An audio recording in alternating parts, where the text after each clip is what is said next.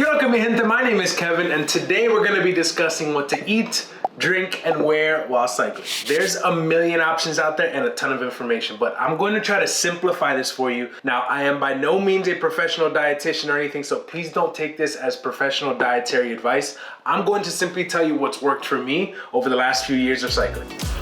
We're gonna start with the most important thing in my opinion, and that is eating and drinking. Your body is using fuel while you're cycling, so you need to refuel it, otherwise you bonk.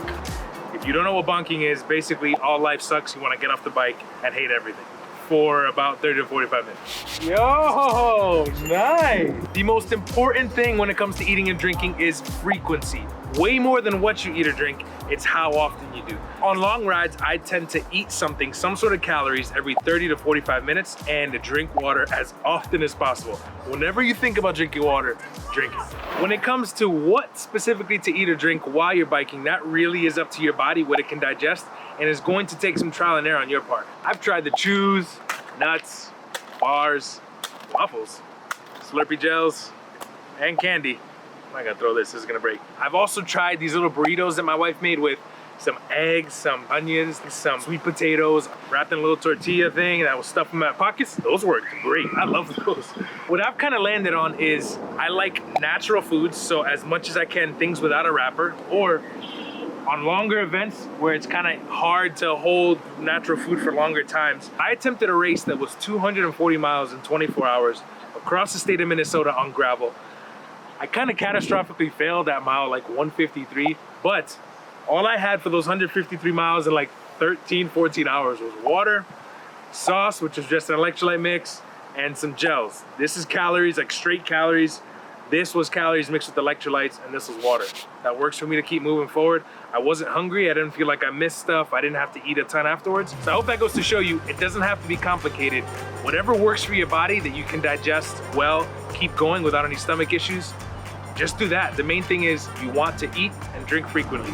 You want to always be consuming. ABC, always be consuming. Let's dive into the clothes. Intermission, baby. Clothing time.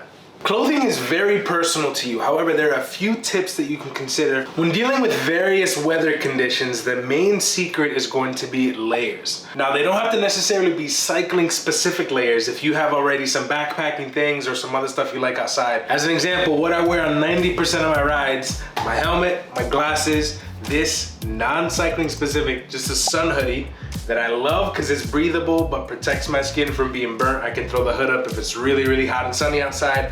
Then I wear these bibs, nothing underneath, just the bibs. Got some long socks, and then clip into my bike on my shoes. The only cycling specific piece of clothing there in that whole kit is my helmet, my bibs, and my clip shoes. But you could go with very good cycling specific clothing. You could go full road racer and look like you're about to win the Tour de France. You got a tight jersey up top that's aerodynamic, light, some sort of pockets back here that allow you to store some things. Then you got the bibs that these don't have any pockets on the side. You could also go full cycling specific rain gear where you have a nice little zipper top up here. You got no hood. It has a longer cut along the bottom so that while you're bent over, people don't see up into underneath your shirt.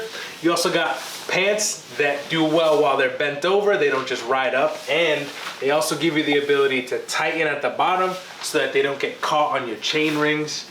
There's also cycling specific cold gear. I don't have any of that, but imagine the bibs that I had on earlier, instead of being shorts that kind of end here, they go all the way down, and they're made of a material that's thermal and thicker. And this is what I wore to commute to work in negative 17 degrees.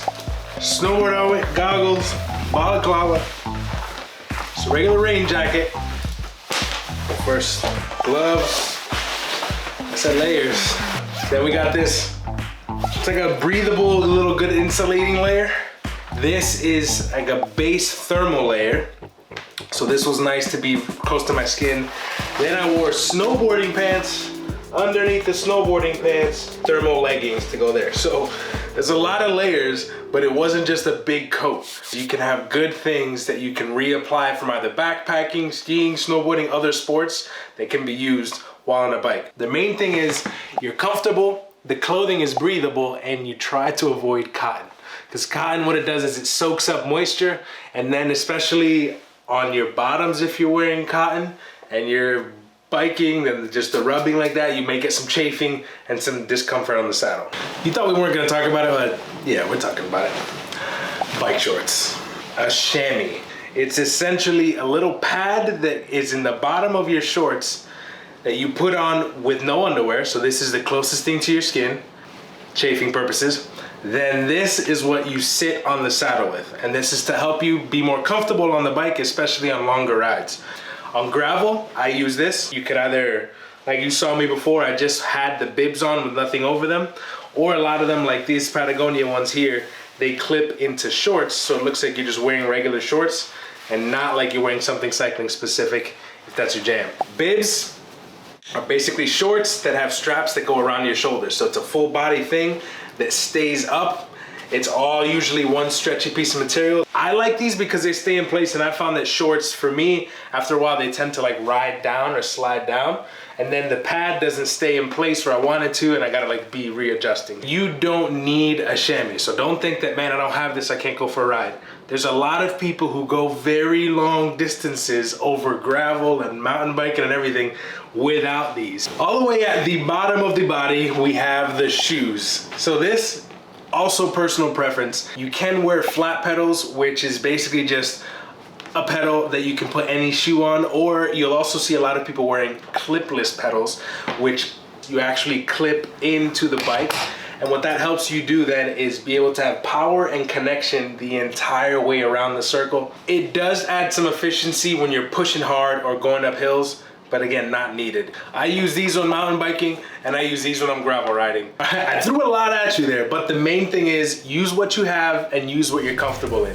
You don't have to go out and buy new clothes. You don't have to go and try to look like anyone that you see on TV, on a video, or this crazy guy right here. If you have something that you like and it works, go ahead and use it. The main thing is that you get out on your bike. All of this stuff can maybe add some marginal ability to get outside and be a little more comfortable or faster or something, but that doesn't matter as much as you're actually getting out there. If you have any questions on my prep, my experiences, put them down below. If you like this video, like the video down below as well, and subscribe to the REI channel. Subscribe to my channel, Kev Does, if you want to see all of these tips put into practice. Hasta la próxima, mi gente. Nos vemos.